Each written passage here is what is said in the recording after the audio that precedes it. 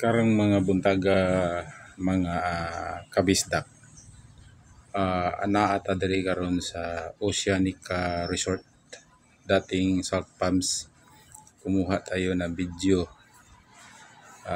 diri dapita mga kabisdak, no, para makita ninyo ang ilang front diri sa ilang resort, mga kabisdak. Natay sundoon nga mga guest diri kay mag whale shark snorkeling or whale shark watching. So karon kabisdak, mao na ni sila. Gini akong guys kanang nakaputi duha man akong sundo. So mao na karon ana mi diri dapit sa Taog Lila, Bohol, sa whale shark watching area.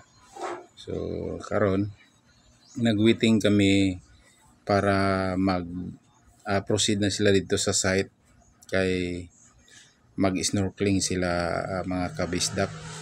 So ubani ko ninyo ug lantawan ninyo kining akong video ug i-share niyo sa uban para makita pod sa uban. So mao na siya ang site, kabisdak. So karon nag-ready na sila habang nagantay sa signal dito sa area kung asa dapit yun ang site sa isda na ilang languyan o snorkelingan, o magkuha sila og mga video sa ilalim ng dagat. So lantawan niyo guys, mga kabisdak, ang atong paligid diri sa Taog Lila, Bohol. So ingon ani ka progreso ang ilang tourist diri sa maong area. Yan mga kabisdak ko, kita ninyo. So medyo madami-dami na ang bisita nila o mga van. So gasugod na sila, pasakay na sila sa bangka, padulong na sila sa site. So ang atong guest mao na sila o kaning ulahi kabisdak ko. Kana siya kana Korean kini akong uban sa iyang guide. Kana siya kini.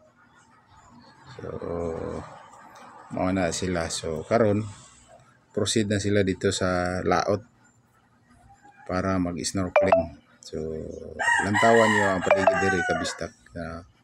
So napakanindot ang lugar, linaw kaayo ang dagat, walay problema, makulimlim lang kay naay gitawag nila o low pressure or bagyo. Di lang pero walay hangin, malinaw kaayo ang dagat karong adlaw.